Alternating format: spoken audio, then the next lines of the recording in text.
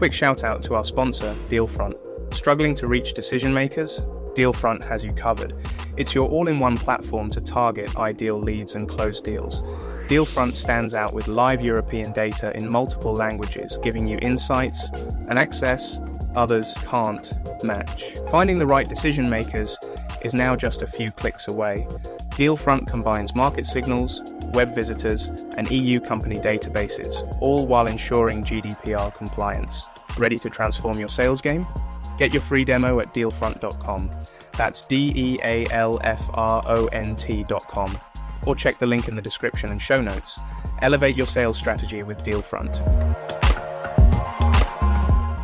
Hello, listeners and watchers, and welcome to a very, very special chapter in the SDR DiscoCall show. This is one I have been waiting a very long time for. I'm super pumped to have our guest on. But before we begin, if this is your first time joining, this show is all about the world of sales development, primarily with people working in tech sales. And what we want to do is find interesting people to figure out how did they get into this profession, what have they learned, and what can we share to you to help you become happy sellers. So if you're listening to this in your local podcast platform, make sure that you give us a rating and share. And if you're watching this on our YouTube channel, make sure that you like, comment, and subscribe down below.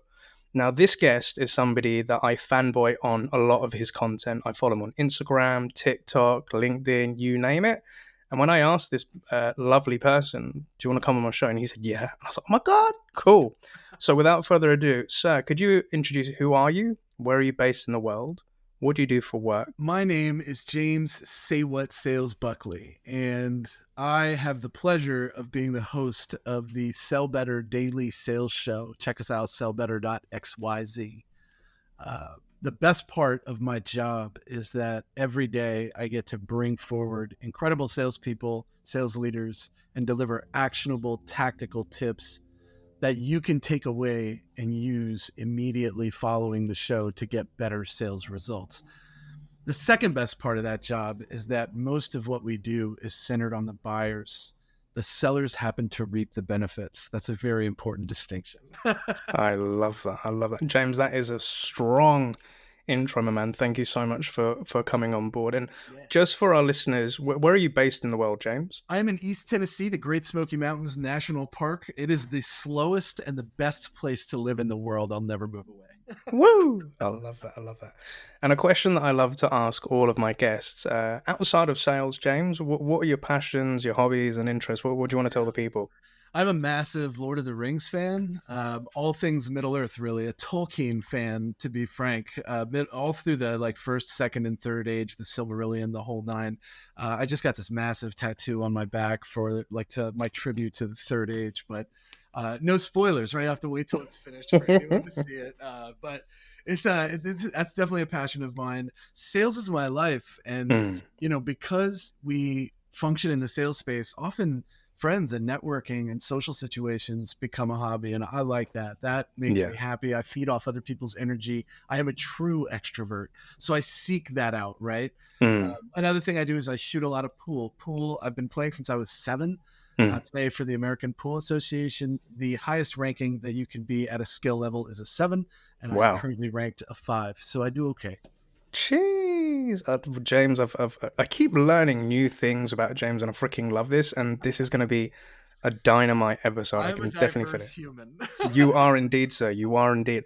And I see the Instagram stories. I see what you get up to, sir. And it's an absolute pleasure.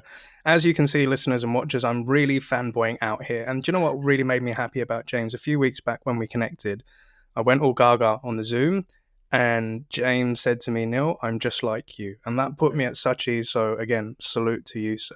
Thank you, man. I hear it a lot. I'll join somebody that's a prospect and we'll hop on a call and they'll say, I feel like I'm talking to a celebrity. While that is extremely flattering, it's so important to not be a victim of instant karma. And I have been a victim of instant karma many times. My ego gets the best of me and karma will immediately slap you down and make you humble again. So I try to be very cautious about when I brag and when I don't. There's a lot of humble brags that happen. But I always appreciate the love that people show me online and in person. And, that's the stuff of legend. So thank you for being a follower and a friend and somebody that I like your content too, man. Like we share Thank you. each other's content. It is a Yeah. mutually beneficial relationship. And for those of you listening, that's what it's supposed to be. Yeah. Dude, that's a lot of hashtag sales love there. I freaking love it. All right. So, audience, as you know, what we normally do, if you're watching this on our YouTube show, what we typically do is go to our guests' LinkedIn profile. And James puts out a lot of great content. But also, this is something I normally do, James, but you taught me something just before we started recording, because I was normally going to say, I will be putting James's LinkedIn Put profile it in in there, here. man. They should come follow, right? Like they should be seeing the free content. All of my content that I put out on social is free, right? So, Yeah. and it's most of it comes from our guests on the show. Like I'm not out there saying I'm the legend of sales and you should learn everything from me. I'm saying like, again, like let's go back to my profession. I have the pleasure of having access to the best sellers in the game all the time. Yeah. So you might as well follow along and learn from them every day. There's no excuse to fail at this point, right? Because there's so many resources out there. But this is besides the point. What I told you before is that you were like, oh, I could point people to your LinkedIn. And while I appreciate that, and I encourage you to follow me on LinkedIn, don't send me a connection request. And here's why. It's so hard to stay below the cap. There's many people listening to this that don't know LinkedIn will cap the number of connections that you have at 30,000. That's it. We have no idea why. It's a silly cap, right? Every other platform in the world will allow you to have as many followers or connections as you want. I think Facebook might have a cap now that I think about it, right? The number of friends you can have. Yeah. But you can have millions of followers, right? Anybody Yeah. Right? So that's the whole, and this bothers me as a seller because when you're building a network, you want to build a network full of your prospects, people that buy from you. Yeah. Even when you move, you find people that you're already connected and you try to sell something to them. That's the point of having the network. Yeah. Right? So I'm very selective about who I allow into my network and why. And I remove people from my network all the time because they're bystanders and I don't want bystanders in my network. I'd rather be an engaged person that's in my network. So I tell people hop over to Instagram and follow me there because I can have endless followers there. Yeah. And it doesn't, or TikTok, right? I have a TikTok as well. You're going to see some fitness stuff there. I've been on a health journey lately. That's just, I love it. I've dropped 30 pounds in 5.5 months. Woo! Guts, right? And listen, the health journey thing too, like everything goes up and to the right. I think what we're talking about here already, and we're on to this like major theme, is this idea of like career growth and trajectory. And I think that's the thing that most sellers, especially new sellers, don't see, right? They see the job, but they don't see the career and where it can take them. We'll get into that as we talk. 100%. I'm sure. This is just lit. I'm really geeking out here. But thank you for teaching because, as I said, before we start recording, I didn't know there was a cap on that. But still having the ability to follow, and as anybody can follow, but connections are so sacred when you get up to that 30,000. When you get close to it, you start like really getting picky about who joins your network. 100%. And I think another point why it's very important to be multi-platform and not just have one place, but be available, to other. Again, we'll get into this. But I call that pollination, right? Yeah. One network feeds another, right? The bees come and they follow. I get a lot of messages on Twitter that say I follow you on LinkedIn. I get a lot of messages on Insta that are like, I follow you on Twitter, right? You're like one network, one flower, but the bees just go from flower to flower. I love that. Well, James, coming back to, the man, the myth, the legend, like the journey. So, looking at your LinkedIn, working at Serious Insight, being a BD manager for Ringlead, board of directors on Uncrushed podcast, working with Sell Bear, Mr. JB, etc. In your own words, can you tell us how did James Buckley get into sales and what has that journey been like, sir? All right. So I'll give you the short version. I was a cook for 15 years. And while I was cooking, I had a lot of drug problems, man. I was living in Miami. If you know anything about Miami, that's like a haven for dope usage, right? No problem down there. I had a problem, right? So I had to get away from Miami. So I moved to Tennessee. I sobered up, got a nasty divorce, went through this life-changing process, met another woman, and we ended up going to college together as non-traditional students. She had 2 kids. I had 2 kids. And it was a challenge, right? So for 5 straight years, we went to college and we got our degrees while making, and I'm maybe a real number here, Yeah. $15,000 a year combined. That's what we made, right? And we made it. We made ends meet. We made the magic happen every day. Like we were happy. It was fun, right? I graduated from college, and one of the editors that was on the school newspaper that I wrote for while I was in college puts on Facebook that a software company in East Tennessee is hiring SDRs. I'll say it again, a software company in East Tennessee, just so that you can get that. That was actually said to you on this show. Yeah. Anyway, I met Brandon Bruce and Jason Hubbard. They were the founding marketing VP and COO of Cirrus Insight. Which was a application that integrated Salesforce with your inbox. I knew nothing of Salesforce. I hadn't been in tech since like 2006 when I left the University of Miami as a telecommunications specialist. That's back in the Windows XP days for those of you that remember that. Yeah, Active Directory. Oh my gosh, right? So here we are, right? Where I'm like, I'm dabbling in tech. And then I moved to Tennessee and I graduated from college, changed my life, get a tech job, right? But I'm calling people. Now, in and out of these kitchen jobs, I did door-to-door sales. Sometimes you don't want to be in 113 degree heat. So you trade it out to do a sales job. Well, little did I know, most of those were going to be door-to-door. And I was going to be in 110 degree heat walking around anyway.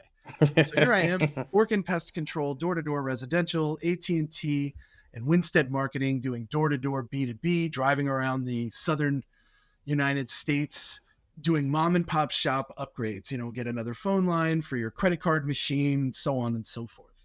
I did really well door-to-door B2B, door-to-door residential. So here I take this tech job, fast forward to like 2014, 2015. And now I'm sitting in the air conditioning. There's a ping pong table on my right. There's bean bags, right? Like I'm like so comfortable. Making calls in the AC. So I'm 2 days into this job and I'm sitting in a room next to an account executive who would later become our vice president of sales. And his name was Aaron Riley. And he said, man, you sound so good on the phone. You're going to be so good at this. Fast forward like 2 years and I became the top performing SDR. From there, I ended up taking over the SDR team. Our previous SDR manager moved to a more technical role for support. And we ended up ending up moving from the company. We sold the company, and I ended up moving to Ringlead in 2019 at the end. And then I took over a business development team at Ringlead, which was a lot of fun. I got to go to New York all the time, and the people I was working with were just so incredible at Ringlead. They ended up being purchased by ZoomInfo, right? And now they work with ZoomInfo directly. And I ended up working with John Barrows the whole time that I was creating content in and out of this.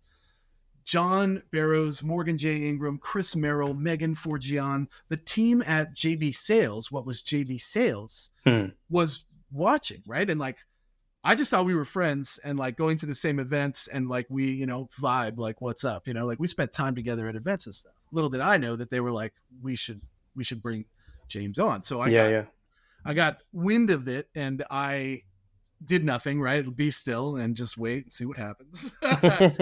So then at the end of 2019 in December, I got a call from John and the words that he used were amazing. He said, the way you make people feel is amazing. You want to do it with me? Yeah. I was like, let's do it, right? You had me at hello. Let me know when to put my 2 weeks and I'll put my 2 weeks in. So I did. And we went off into the sunset and we all did what we were doing. And then boom, 4 months later, COVID-19 hit. I thought it was done, right? I thought it was same here. Hey, this didn't work out. What ended up happening was we pivoted and we started this media arm because we had to go virtual. We had been virtual to some extent for some time prior. Like we were delivering anyway. But this became like a series of webinars and we were doing like 4 a month, like once a week. And then it was, 2 a week. And then it was, let's do a daily show. So many naysayers. So many. We're like, never going to happen, right? But think about your favorite talk shows. They air every day. Yeah. Man, they get the ratings every day, right? And why? Why? Because it's good. Because it's useful. Because you like it. Because it makes you feel good. We can do the same thing for salespeople. So we did.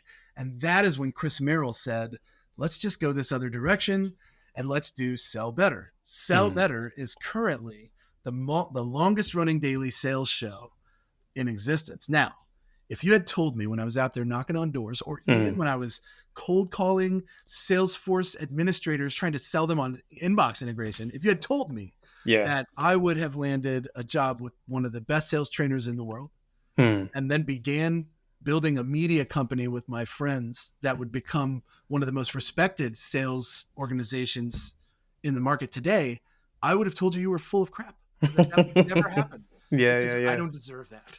Yeah. Jeez. So that is, and I think now my listeners will understand why I feel this is an important episode to have, and it's great to have. That's a fellowship right there, James. I freaking love family. that. That's my chosen family. Yeah. And I think, there are so many elements within that journey. And again, feel free to push back on any of the questions that I ask here. But I think, but it's one where, you've been very honest at the beginning, like, before moving out Miami, there was this problem. And, hands up, I've had my demons in the past as well. We all do, man. We got to own it. If you're going to get past it, you better own it now. We do.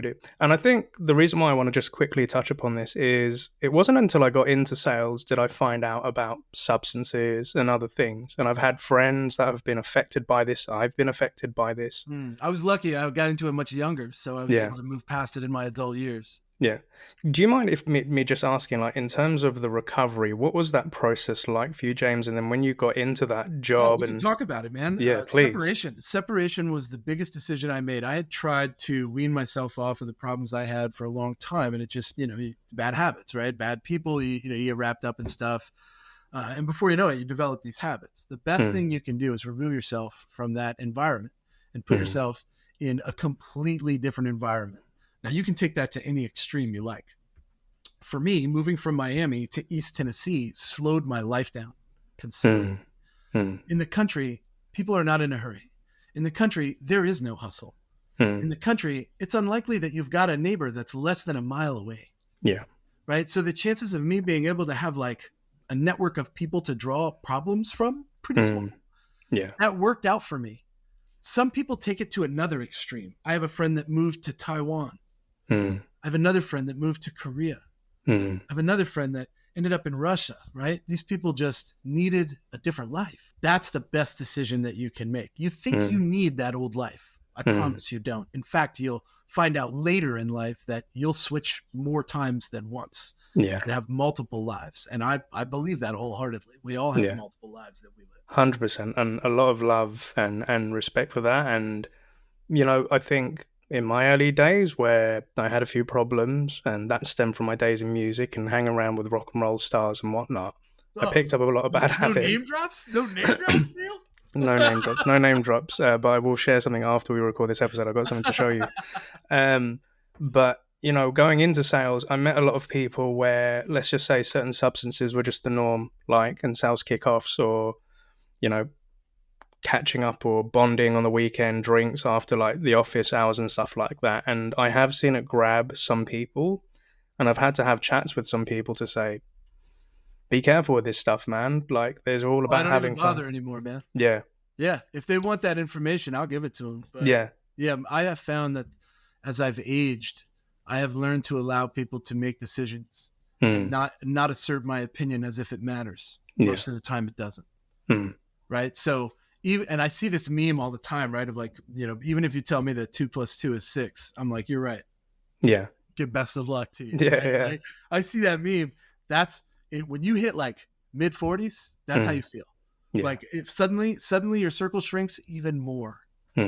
Right. And you're fine with it. Yeah.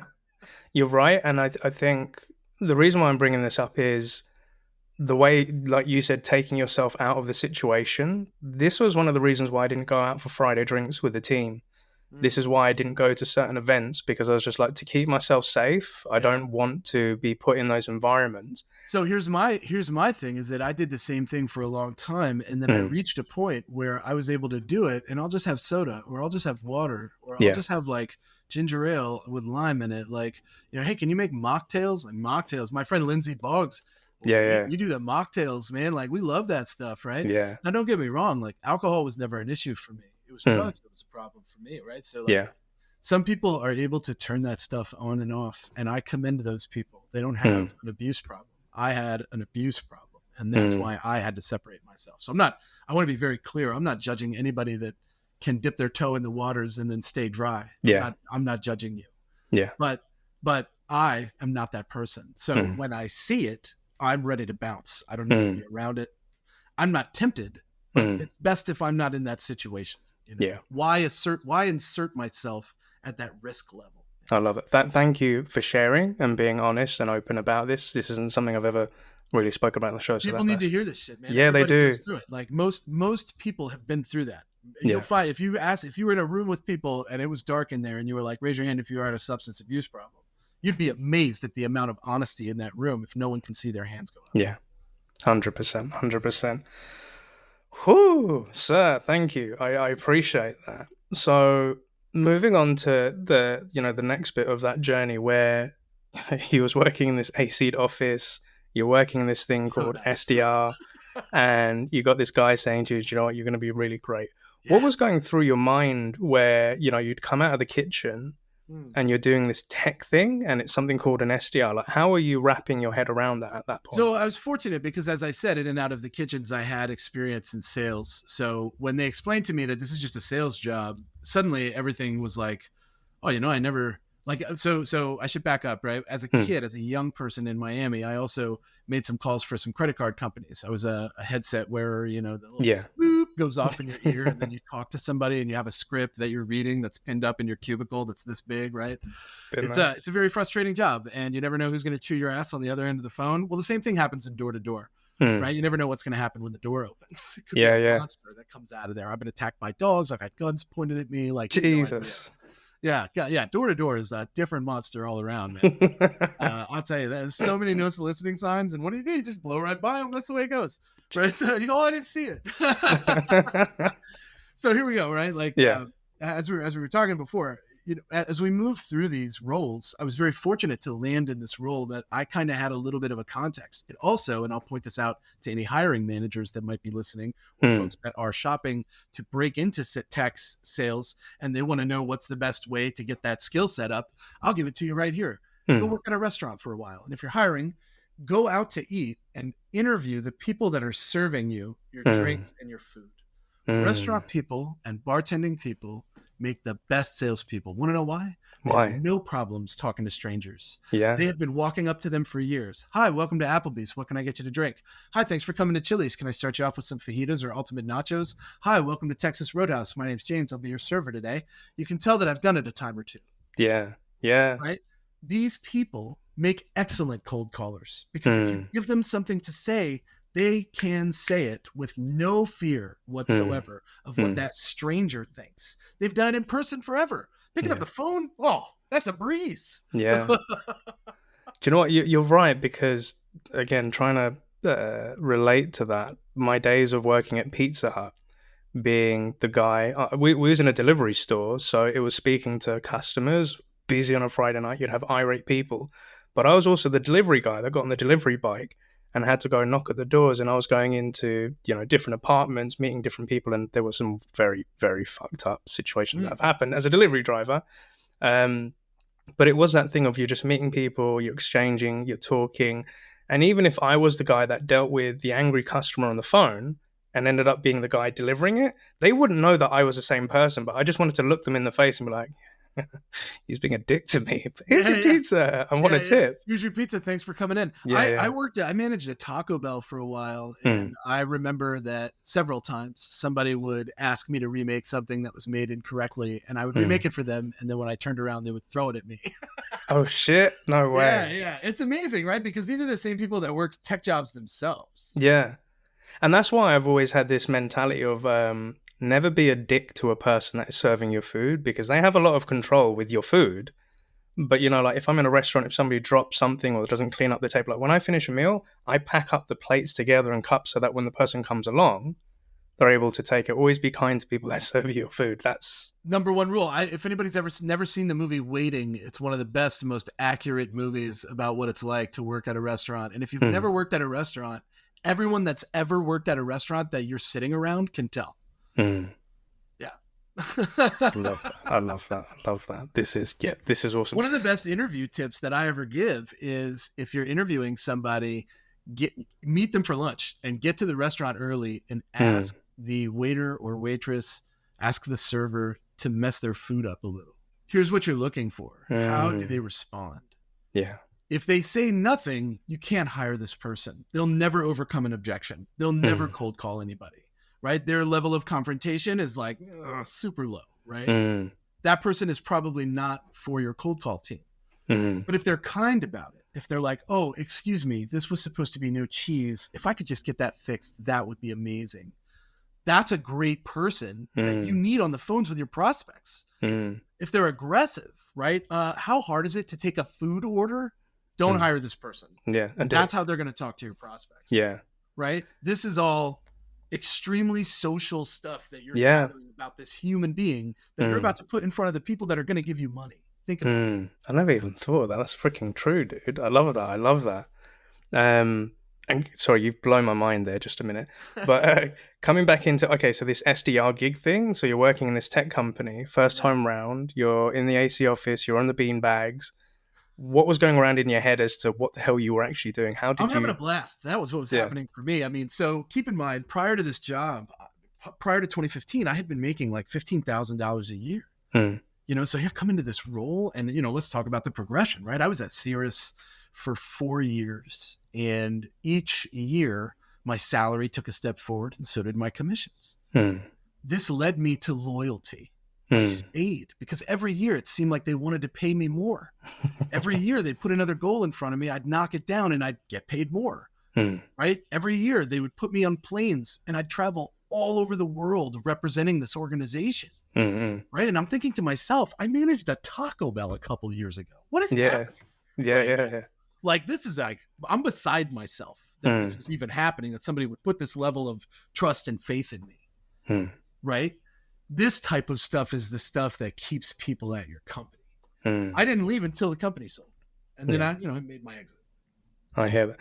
And it kind of begs a question because, you know, similarly with me, like when I joined my first startup, Zora, I was just like, wow, I get to chat to CEOs. I'm getting paid like 3x what my old retail type of job was. You know, they're actually trusting me to phone people and manage their pipeline and book meetings for my AEs. I felt important, but I felt valued. I felt like such a good word for it, Neil. Like, people don't understand the value of making your employees feel like they matter. Yeah. You will keep the average. Anybody know the average tenure of a sales employee? It's only 18 months. That's it. Oh shit. You have a year and a half to make this person feel like they're going somewhere. Or they're probably going to start looking for greener pastures. Yeah. It's not always greener on the other side. You know, I've heard the old phrase, you know, they always think that the grass is greener on the other side. Yeah. Well, the grass is always greener where the dogs are shitting. That's the other side of it. Right? Yeah. So don't forget that part. That's a Chris Cornell quote. Yeah. Jeez. So what, you know, like, I've been that guy that's felt valued, but I've come up because I coach SDRs every week. And sometimes they can get caught up with the progression or the job title or what other SDRs are doing in other companies and getting promoted straight to the AE. And I sometimes sit there and thinking like, you're in a really cool space right now, but then it can lead from their management not making them feel important. So where you're saying, you know, it's important to make them feel important, part of it, what kind of things could they be doing to really make these team members feel like they're part of something big, James? Yeah, so it goes beyond the pizza parties on Fridays and the, you know, when somebody hits a quota that a company makes a couple of $1 million on, it's important to not give them a gift card for $50 and say, great job, right? So compensation is obviously something that drives most sellers. We're all in this to make money, quote unquote. Yeah. But let's be clear about it, right? Most of the time when we come in it to make money, it's because we weren't making enough money before. Right. So we come in for money. Once we make enough money and we have the lifestyle that we want, suddenly it becomes about more, right? It's where can my brand take me? What other initiatives can I take? How else can I monetize? Right. Am I ready to take an entrepreneurial step? Like there's so many avenues that sales can take you in the vehicle of sales, right? That's what I tell people is like sales is like a vehicle that can take you anywhere you want to go in life. You know, again, if you'd have told me I was hosting this show when I Yeah. was an SDR in 2015, I've been like, nah, that's never Yeah. going to Yeah. happen, Yeah. right? Yeah. But here we are today, right? Mm. Anything that you think of when you think of this journey of where you're headed can be got if you make the right moves, stay true to the authentic self that you are, right? And Mm. remember what your goal is. If you're a leader Mm. and you do one-on-ones, are you also coaching this human being, or are you just holding them accountable for numbers? Mm. Right? Those two Mm. things they're not the same. Mm. Gabrielle Blackwell, she just sunsetted her old newsletter, The One-on-One, but I think Mm. it's still available. I will tell you that newsletter is fantastic for how to coach not just to the success of the seller, but Mm. to the success of the human being. And that, I think the way that I've said it to you multiple times now, pal, is Mm. I don't think we can grow professionally until we are willing to grow personally. Mm. This is universal, right? This is one of those truths that it applies to everybody. If you're a leader, I hope you're ready to grow personally so that you can be a better leader. If you're a Mm. seller, well, I hope you're ready to grow personally so you can be a better seller, right? Mm. This is how we advance, not just professionally, but personally as well. When you get promoted, your lifestyle changes, or at least Yeah. it should, Yeah. right? Yeah. So this is the progression that I think most people are focused on, and they see the top of the mountain, but they don't see the mountain. Mm. Yeah. That's deep, my bro. And you're right, because I think, like, I was speaking to this young SDR this week where she's only 3 months into her role. And, this was all new to her. But the backstory was she came from a background where money wasn't always there for the family. They went through tough times and everything like that. And she's grateful that, she came out of doing a nursing job and then now coming into tech sales. It was scary as hell. We've been coaching, helping her. And one of the things we was helping her with creating content on LinkedIn, getting her voice out there, feeling comfortable to do that sort of shit. But we caught up this week and she said, dude, like, the video is going really well. I'm getting a lot of connection requests. And I just said to her, like, how are you doing? And she said, I'm doing fantastic. Yep. And I was like, I love that. I said, what's fantastic? She said, my company, my team, I feel like I have a It's purpose, amazing. all of these sort of things. But it's that personal development. And you're right, past the number, past the quota. Like Yeah, for but see, me, you notice what happened there, right? yeah, Most of the time when you ask a salesperson or a business professional, how are things? If things are bad, they tell you about the financial strain that they're on, yeah, right? Oh man, I'm really struggling to hit quota this month. It's tough out there, right? This mm, defeatist language starts to pour from their soul, and you're yeah, like, oh, this is sad, right? But when things go well in your personal life, suddenly things start to look really good in your professional life, and vice mm, versa. And that's when you mm. start talking to them and you hear things like things are going great, but they don't mention the money then, do they? No, They no, never do. You say no, things like, how are you? And if they're winning, they're like, my family is great. My job is going well. That's the most they might mention it. And then they're like, I started a softball team last week and we're having a blast with that. I played Frisbee the other day with my buddy, mm, right? We're playing golf next weekend. You hear all kinds of stuff about how great it's going, but mm, none of it is monetary. When you hear yeah. about monetary strain, that's when they're like Shit's struggling, hard. right? Yeah, Yeah, shit's hard. yeah, yeah, yeah. You're so right. You're But it's so hard right. in all aspects. It's funny how people say money doesn't buy happiness. I completely disagree. Mm, I completely disagree. What money buys is comfort, mm, and comfort allows us to find happiness. yeah. Yeah. I love that because you're right. I think when I got into tech sales and my money went up, I came into this new wealth, which firstly I didn't know how to freaking manage. So I'd always, as a manager, I taught my SDRs financial intelligence. What happened to do when it comes to your paycheck, think about your bills, don't just go splurge it all out. But I think, going through that journey of new wealth and trying to figure out, how do I take myself further? I've had nothing. I have this new thing, and it made me happy. Like when I used to catch up with my friends on the weekend, Neil, what have you been up to? I've been chatting to CEOs. I've been seeing people launch companies. I spoke to HBO, and because of us, now they've launched the TV show Game of Thrones. What's Game of Thrones? Oh, don't worry, it's something coming out next year. And I got to outbound them and help it. And like, all of this sort of stuff, these little stories, I geeked out on it because in other jobs that I'd had, I never got to experience these things because I was just a normal 9 to 5 worker bee working into something that's already been defined, and I didn't feel like I had But wait, purpose. because what you're saying to me here is that your past jobs were not as exciting for you and you were just sort of going through the motions, I hear something completely different coming out of your mouth. Mm. Maybe it's coming out of your brain. I don't know, but I hear it very loud and clear. And maybe Mm. it's you that's changed. Yeah. Yeah. What you want out of what you do every day Yeah. has changed, right? Yeah. Sometimes, like I said earlier, right? Sometimes we take a job because we need a job, but Mm. we don't realize that behind the job is a career, Yeah. right? And that part is the part that changes everything about our future and Mm. frankly our past too, right? Because we can leave things in the past super easy once we have that success. Those Mm. things might as well have never happened, and who cares if they come rearing their ugly heads? I'll just take some of my money and run the other direction. It won't Yeah. matter, Yeah. right? Because I have success, right? Yeah. Success. I wrote my thesis on success and how people define it, what Mm. it looks like to different individuals and their backgrounds. I minored in sociology, so that was a lot of fun. Mm. I like to say that I have a writing communications major and a minor in sociology. So I like to say I can write about what you're going to do before you do it based on. Mm. Wow. You're right. Like thinking back on those things, for me, it was just I wanted to get a job because I dropped out of college. I never went to further education. Mm. I used to be a little bit of a tearaway and a problem with authority when I was younger, and it was just Me like, I just too. need to get a I was a job. terrible child. I Yeah, apologize. If any of my other high school teachers are listening, I'm so sorry for everything I did. But yeah, it was. I just had to get a job. But when I got into that tech sales thing, I felt like I had purpose. I felt like I was doing something. I was helping a business.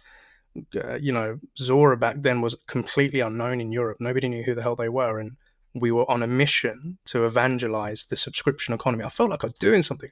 But coming back to that money point, like I remember, like in my early days, I used to spend my commission on nice things. My clothes started changing, and all of that. And people said, "Oh, Neil, you've changed." But I kind of realized that money doesn't change the individual, but it does change the circles that you hang around in and associate in. And this, So that depends on how you take the phrase "you've changed." Some mm. people say "you've changed," and my response is "thank you." Yes, I have. Isn't Yeah, that amazing? yeah, Right? And that's all in how you view it, I think. yeah, But when it comes to like changing because you became successful, I think it's a choice as to how you'd like to change. mm. And I think we all choose the lifestyle that we want. Mm. Sometimes the most outgoing and friendly people make it big. And then it turns out all they've ever wanted is to be left alone. Mm. You never would have thought that about them, but that's what they wanted, Yeah, right? Good for them for getting rich and going and getting it, yeah, right? Why do we hate on these people? mm. Why do we go, oh, you've changed? Good Yeah, for them. I yeah, think what you yeah. mean is I'd really like to change with you. Yeah.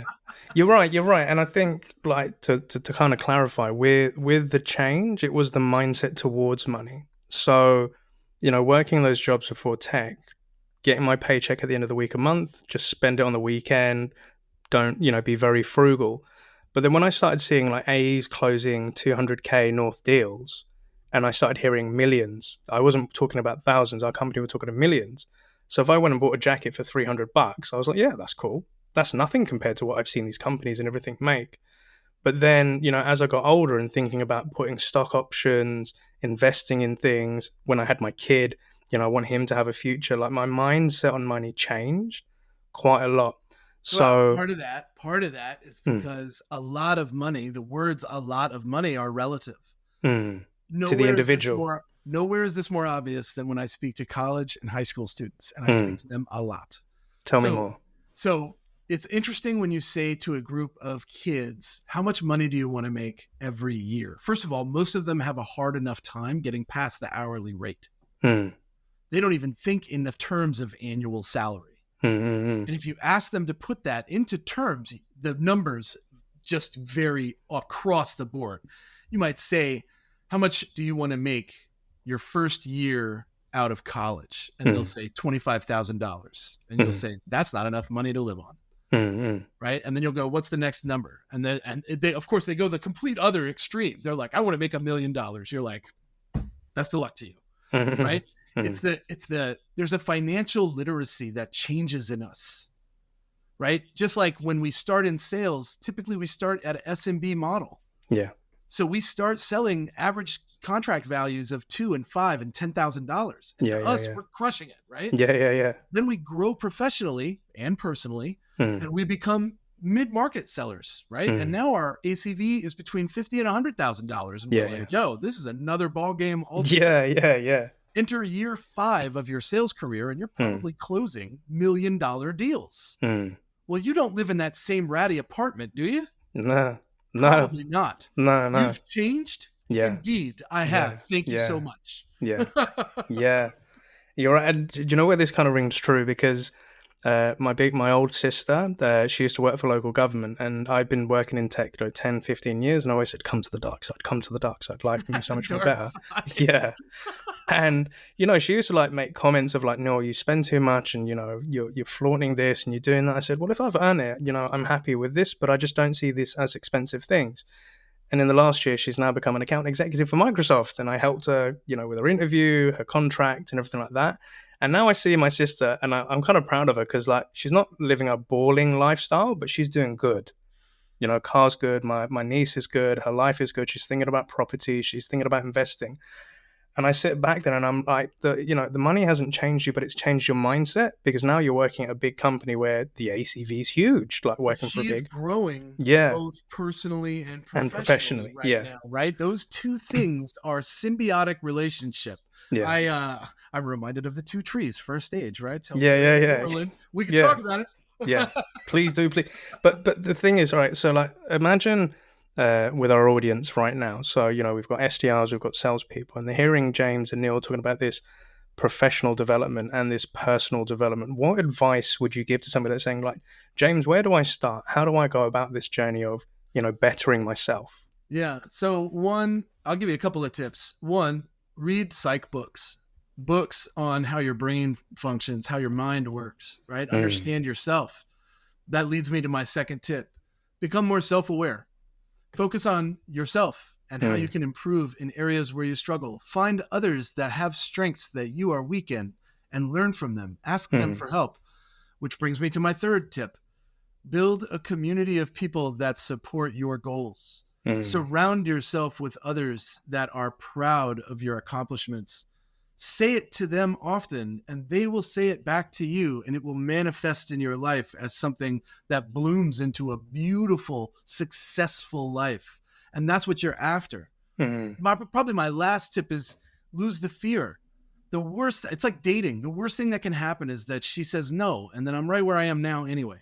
Yeah. I lost absolutely nothing. Nothing, yeah. So what difference does it make? Pick up the phone, dial that number, send that cold email, hit that connection request. Chances are good that person is a human being just like you. And if you talk to them like one, they might actually talk back. Go for it. It is. It's a case of, taking action. And what's the worst that can happen? They can say no. And it's the same with your prospects and dating and areas of your life. And I think it was one of those things, like when I got into that tech job, I used to be very shy. To an extent of being introverted. I didn't see that in you. Yeah, I didn't like making a fuss, which has changed now. But I used to do this mental thing of saying, oh, just say yes, just jump. Whatever they ask you to do, just do it. Even if it scares the fuck out of you, just do it.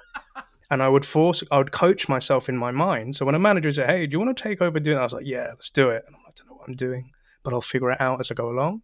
Yeah. And, just taking the opportunity, but it can open so many doors. Like on the other side of fear is just this beautiful place that could do it. But I would hate to be that person that regrets not doing it. I want to find out what that's about, I think natural curiosity should step in for everything that we do. My CEO and my very dear friend, Christopher Merrill, is noted for saying everything we do in life is a grand experiment. If you approach your levels of success and the way that you get there in that mind frame, you'll find that you can test and find the path that works best for you. I've said it for years. Pragmatism is the religion of sales. Pragmatism is also the religion of success. We have to do what works. It's been a challenge for you. Great. I heard it said before, sometimes circumstances aren't changing because the circumstances are meant to change us. Right? If we're listening to that, and I say like tune into the universe, right? Like listen to what the world is telling you. Then you'll find that it's much easier. The way of dough, right? Or the Tao, right? The way, like this is, you have to feel that way and decide, am I going to go against it? with some belief that I have, some point of view, some thought, some hypothesis, or am I going to go with it because it's heading where I want to go anyway? Decide, because that's the decision that you make every day when you put your feet on the ground. That's some deep shit, bro. And I'm going to go a little bit deeper on this. So in the last year, one thing that I've been listening to, like through Spotify and audiobooks, is Eckhart Tolle's The Power of Now. One of the biggest fears that I've always had is worrying about the future. You know, a place that does not exist yet. And, you know, the problems of letting go of the past. And with a lot of sales reps I'm talking to, you know, they're thinking about next month quota, and, you know, summer's really hard for prospecting. It's because we start back at zero every week. Yeah, exactly. But it was this thing of like, I really get into the effort when I'm speaking to reps and coaching them and just saying like, take a bow, be very proud of what you're achieving right now. And with next month, we don't know how it's going to turn because we can't control prospects. We can't control their point of thinking. So I think the question I'm trying to ask you, James, is you're right. Go out, take action. But how do you reduce your fear of the uncertainty of, you know, what could go wrong or what could be happening? How do you manage that? Yeah. So this is where extra initiative probably comes into play. I have my hands and my mind in so much of what Sell Better is. And I like it that way because it's kind of my baby. I'm passionate about it. I love it. I live and breathe it just like the rest of my team does, right? Because I take so many extra initiatives and I wear so many hats, my contribution is not ever measured by just one thing. And this makes me very secure in my role. Most people fear getting fired because of performance. That's the reason that they do that. Well, if the only thing that you contribute to your company is a sales number and you give no extra initiative, you probably should be worried about that because that's the only thing that you're going to be measured on. But if you help other departments win, if you put creative initiatives on the table to be executed that are revenue generating, if you supply feedback that helps the company to change processes that help them operate more efficiently, if you find solutions that could be beneficial for problems that you know exist internally, and you also carry a bag and you miss that bag carrying number by one, but all those other things are happening on a regular basis, I assure you, any manager that comes to you and slaps you on the wrist for missing your quota should be let go because that person is not supporting you as a human. That person is only holding you accountable for a number. And that's not what leadership is. That's what management is. James, say what, Buckley? You are the hype man for today. I love it. I don't know about that. I just say what's on my mind, man. Yeah, but I love it. I freaking love it. And, you know, I can relate to it. Like, doing things above and beyond than just hitting the number. I think sometimes talking to a lot of sales reps, like, there is some people that are very big into the numbers, the data, the science of sales. Not so much me, I'll be honest with you. I'm more the performing side of it, right? The human side, the connection. I would tell you to get really, really good at the other side too, and you'll be the triple threat, buddy. Yeah.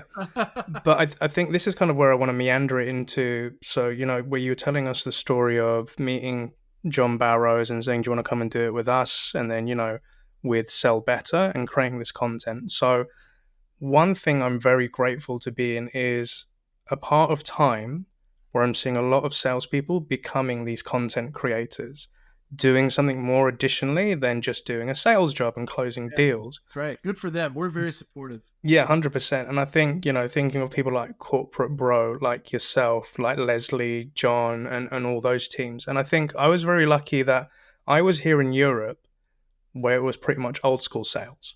And North America were inspiring us a lot in terms of content. And I just started seeing more. And it was since the pandemic, since we came out of the lockdown, because everybody was remote, everybody was online. So they had to change the way they were approaching these online forums. That's right. And I'm seeing more and more SDRs becoming content creators. And there is, you know, LinkedIn can be a great place, but it can also be a toxic place. And there are some people that are on the fence about this. They put against people, why are you doing those stupid videos? Why are you doing all of that stuff?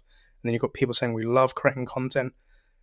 I imagine we have a listener that really wants to start creating content. Will they want to put out their voice and I put? imagine you have more than one. Yeah, there's probably hundreds, if not thousands, out there.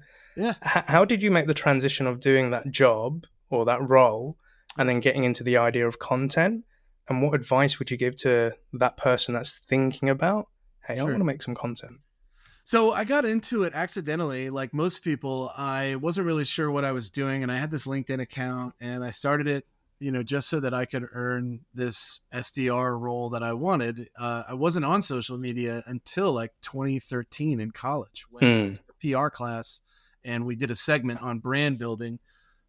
Long story short, I put a post out on LinkedIn when I was an SDR and I had like 79 connections. No shit. Like that was, I had only had the account for like a year, maybe. It was like my second year at the company Cirrus Insight. Yeah. So this was the post. It was an email template post and it said, wouldn't it be great if salespeople were more honest in their email templates? And this was the template. How about this? Quotes. Hi, prospect. We could do this dance for 10 months where I hit you every couple days and piss you off.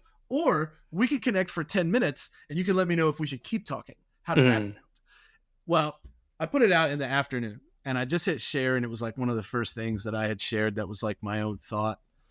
When I came back the next day, it had like 200,000 reactions.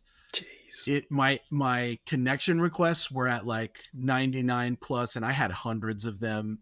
My inbox was flooded with people that were saying things like, I scheduled 3 meetings with this template today. Nice. I ended up breaking into an account I've been prospecting for months today. I had other people on the other side of the spectrum that were like, I received this email 4 times from 4 different companies today. I was like, what is going on? Right. Nice. Well, here's what ended up happening though. I ended up prospecting the people that engaged with that post like indefinitely. For the next like 6 months, it took me to get through that list. I ended up scheduling like 80 meetings and like I had like a 60% close rate on those meetings. It was bananas. So it happened accidentally, but the result of it was this thought, hey, there's something to me as a seller creating content that's specific to people that I am like. And then prospecting into those humans that engage with that content. And that is how Saywhatsales was born. So I was like, well, if I'm going to keep it up, I better give it a name. So I tried to think of something that was catchy. I had just taken an English class in college on and we talked about like alliteration and things that are pleasing to the mouth that cause chemical reactions in the brain that are pleasing. Saywhatsales has a really nice ring to it. It does. Because of the SWS. Sales. It follows a linguistic pattern that is unusual because it is consonant, Saywhatsales. Normally you see consonant, vowel in the English language, right? You can see that when you spell out the entire word. But in our minds, we hear this really clear. And it gives us this dopamine hit. It's wild, right? So I was like, okay, now what I'll do is I'll say something that I say at the end of all my videos and all my writing and everything, and it'll be my catchphrase, right? So people look for when they see me. And I came up with, if you're a salesperson, we're the same person. This is what I said to attract more salespeople in my direction, right? Well, obviously, I kept doing this, and it started to generate more and more pipeline. And keep in mind, what did I do? I posted a thought every day that was small and that I thought was like funny or, relevant to sales. I held my phone in front of my face for years and just talked to the salespeople that would tune in. And it was always like, hey, I tried this today and I scheduled 3 meetings. Try it yourself and see if it works. Hey, I tried this today and it sucked. Don't do this, right? And that's kind of how it started. This became such a constant for me in my routines. Every morning I'd get up and I look at my list of ideas for sales content and I'd be like, what am I going to talk about today? What am I going to post about today? And I'd hold my phone in front of my face and walk on my farm and I would talk to my audience and shoot it out there. And people were like, this is really helpful. Right. So here's my tip. If you're out there and you want to get started, just put some stuff out there consistently that's relevant to your target audience. Remember that you're not looking for prospects. You're building an audience. Those two things aren't the same, but one does become the other to a certain extent. Mm. You hope that around 20 to 30% of your audience will eventually convert to Yeah. a paid client. And that is where you want to start. Just begin creating with your target in mind. Mm. Doesn't have to be long, doesn't have to be well thought out. You don't need a million takes of your video. Be yourself, be authentic, Yeah. get comfortable, Yeah. because this is the new age. Mm. And if you don't adopt this flow, content equals connection, connection to conversation, conversation to opportunity, opportunity to sale. If you're not going to follow that path, you are going to struggle to hit your number every single quarter, because we buy from those we trust. Yeah. Content is an avenue to get trust before they even speak to you. 70% of all buyers look to LinkedIn or some form of social media before they decide to give you time. 100%. Don't believe me? Look at your cadence, and then go and look at who's visited your LinkedIn profile. Find me how many names match. Hashtag bars, Mr. Buckley. I love that, because you're right with the creating content, and you're not trying to just get your prospects, but you're trying to build that audience. And again, coming back to the point of being multi-platform and being across different platforms, because when I saw everybody posting on LinkedIn, at that point I wasn't too confident to post stuff or strategies for selling. I did every now and then, but it was Instagram, it was the stories. But what I realized was the people on Instagram are not necessarily on LinkedIn. Similarly, people on TikTok are not always on LinkedIn. And I'm like, I was talking to somebody the other day about this. I said, what I get really excited about on LinkedIn is when I put out a post and a third degree connection likes it, because that is somebody way beyond my normal network with the people that normally look at my content, but I'm reaching people that don't know me yet. And as I've said to you before, your mantra, and again, I always have to make sure I get this right, where you say clients become friends quicker than friends becoming clients. I want to go out to the strangers that don't know me. Right. And what I found over the years of when somebody's, paid for coaching with me, or, they end up working with me somehow, one of the questions I ask them is, how did you come across me, or why did you pick me? I've been listening to your podcast for a number of years. I've actually been watching your content on LinkedIn. I actually found you on TikTok, or do you know what? It was through Instagram. Somebody shared a DM of something you posted, and that's why I picked you. But I've been watching you for about a year before I came and actually started using your services, and I love that shit. Dude, big fan of your content is like one of the easiest ways to break into a new account. And when you cold call somebody and they know who you are, it's amazing. They're like, oh my gosh, what can I do for you? How can I help you? It's the best conversation. You don't have to break down the wall. You don't have to crush down that barrier of, guard my time. You don't have to plow through that gatekeeper. These people are excited that James is calling them, that John is calling them, that Sarah is calling them. Sarah from Pareto. If you're not following Sarah Uy or Sarah Plowman, Sarah Plowman Uy, she just recently got married. But I'm telling you, like, she does like Friday cold calls. Neil, you should have her on the show. I'm telling you, she's probably one of the best cold callers in the game right now. Yeah. And I love when she does the Friday cold calls, because she is so authentic with it on the phone, talking to these people. And there are many moments where she's like, hey, you're going to hate me. It's a Friday cold call. This is Sarah from Pareto. And they're like, Sarah, I follow you. Yeah, I'm a big fan. And she's like, really? That's amazing. She will land those deals. She will land those meetings because they already know about her. They know what she does. This is a key to success now and moving forward. So if you're uncomfortable with it, get comfortable with it. Whatever you need to do. And if you need help, I am available. I will talk to anybody and anyone about this. 100%. I love, and I love that. And again, if you could ever make an introduction, James, I'd love to have her on the show. Yeah, thank you. I think something weird happened to me a few weeks ago, where I'm in my local town in South London, and I was walking with my son, and we had a weekend together, and some random guy just approached me on the street and said, Neil. And I looked at him and I was like, I don't know this guy. And I'm with my kids, so I'm super protective. He's like, you're the happy selling guy on LinkedIn. And I was like, nobody in my hometown knows me as the happy selling guy, Neil. I was like, how the hell do you know me? He said, I follow your content. I'm thinking about getting into sales coach, and I really like what you post. We should. And then my son went to me and said, Daddy, who's that? And I was like, I don't know.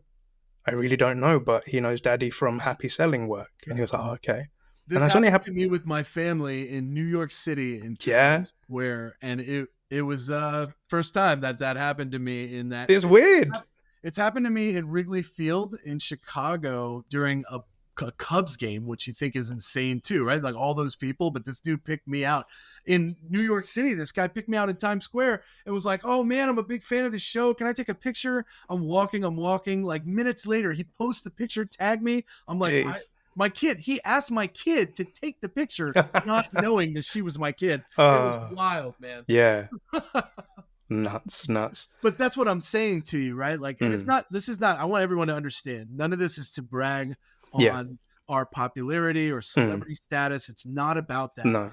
What we're talking about here is our ability to be a recognizable name and face in an industry where that serves us well, because our jobs depend on us being able to talk to strangers. Yeah. That's what we're talking about here. So I just want to be clear. Like, we talk about it, we laugh, and it's fun, but we're not stroking our own egos here. We're talking about how well we've been able to succeed because we've put the work in to build a recognizable brand for a specific community, and everybody can do the same. There are too many platforms out there to not be doing it, and that's the truth. 100%. And I think just to add on to that, I think what's really important with your brands is to be approachable, right? So if somebody comes up to you to say hi, if somebody slides into DMs, one thing that I loved about you, James, was I knew that you had a lot of followers and you're probably a busy guy in demand, but you took the time to respond to me. And I was like, oh my God, James, go back to that feeling. Like you said at the beginning of the show, it's like John said, it's that feeling you're giving to people. And, I've gone into some coaching sessions and I never pitch my podcast to my clients or anything like that. They will tell me if they've listened to it. But the one bit of feedback that made me really happy was they said, Neil, you're the same guy in our coaching sessions that you are in your podcast. And, when you post stuff on LinkedIn, you're the same guy. They said some people we meet are completely different when the camera's not on, and they're not always as nice. Yeah, I attend a lot of church services in this area. Tennessee is loaded with churches, and I like all the different ways that the message gets delivered, right? Keep in mind, this is a hobby, right? Something I do because I enjoy it and it's fun. And what I've noticed is that as I move from church to church, some pastors, some preachers, some deliveries are static. They're the same all the way through. The Bible study, everything is, and then the sermon kind of have the same vibe. But others, when the lights come on, if there's a broadcast, if they're putting it online, if there's lights and microphones and music, their personality does change quite a bit. They become much more electric. They jump around the stage a little more. They yell and scream. They're much more sweaty at the end, right? These are the same things that when that happens, there's this moment when you're in the pew and you're like, oh, it's a show. Got it. Right. These are the same feelings that our prospects get when we read scripts to them, when we send videos to them where our glasses are showing the document that we're reading. And the reflection. And if you laugh, but I'm telling you that I coach people on this a lot, and it happens to me often. I literally have a call in the next couple of hours here with somebody so that I can hurt their feelings about this video. And I tell them that too. I say, okay, I'm going to hurt your feelings. Are you ready? Yeah. Right. I turn the recording off and I hurt their feelings. But you know what? Almost all of them come back to me and go, James, I've sent X amount of videos since our call and I have 8 meetings. I am the top performing SDR this month. And you're like, dude, I told you. Do it. Yeah. Right. And that for me, that's my why, man. I get up in the morning for that moment right there. I love that. I freaking love that. I love that. James, this has been one of the most electrifying episodes that I've ever done in the history of this show. So again, I'm very thankful to you. Minimal editing, man. One take, Jake. Yeah. I know, dude. I know. So I think there's 2 points to put to this. Firstly, I want to ask your 3 tips, and then I want to give a bit of space to give more information about how to find you, sell better, what you guys are doing. Yeah. So if we're thinking about that, James, say what Buckley, Miami, life wasn't that great, and he's about to start this journey. What 3 bits of advice would you give to a younger version of yourself? Yeah, so I think the first piece of advice I'd give to myself is get off the hard stuff easy, faster. Don't wait. Don't have to leave the city that you like to be able to be sober, right? That's my first piece of advice. But the second piece of advice would be slow down. I always wanted things to happen fast, and I think most people want things to happen fast. You know what I've learned? It's so much better when they happen right.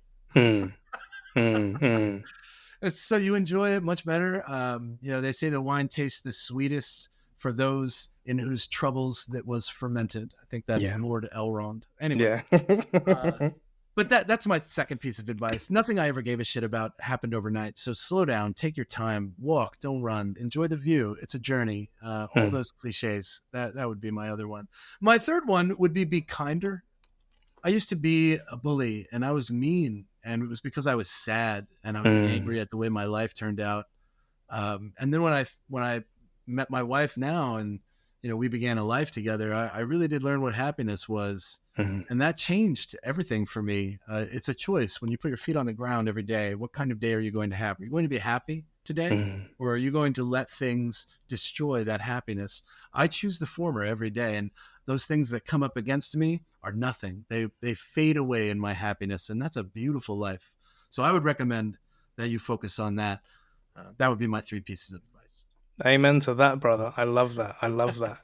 All right, so I want to give a bit of space now for you, James, to tell us a little bit more about how can we find you, connect with you, and you being a host at Sell Better. Tell us more about that as well, please. Absolutely. So you can check us out. Sellbetter.xyz is the website, and on the top left, you're going to see the daily show. There are 2 places to go there. The first one is to see what's upcoming, and you can sign up and pre-register for any upcoming show that's listed. Right next to that, you're going to see the on demand. This is where you can go and you can watch all of our past videos. So be specific. There's a little search bar there, and you could be like, I want to be a better cold caller. And you can type cold call in there and it'll bring up all our cold call videos. You can be like, I need to get better at negotiation, and it'll pull up all the negotiation shows that we've done. You can do it with LinkedIn Sales Navigator, prospecting as a whole, email, cadence, you name it. Be specific with the skill you want to develop, and I promise you, you're going to find it right there at Sell Better. That's the best way to get the most value. And I'll also say connect with me at Saywhatsales. I am a human being on all social media platforms. You will never get an automated message from one of my networks. And if you do, tell me about it. I want to hunt that person down. And I can vouch for all of that, and I will be putting all the links to find James within the show notes. So please do check them out, give him a follow, and he is a genuine guy. I can definitely vouch for that. So I also want to say a massive thank you to our listeners, watchers, fans, and subscribers for joining us on this special episode today. If you're listening to this in your local podcast platform, please make sure that you give us a rating and share it with somebody. And if you're watching this on YouTube, what will really help us out is if you give us a like, comment, and subscribe down below. But Mr. James Buckley, thank you so much for coming on this episode. I wish you an awesome weekend, my friend, and most importantly, happy selling. My pleasure, pal. Thanks for having me.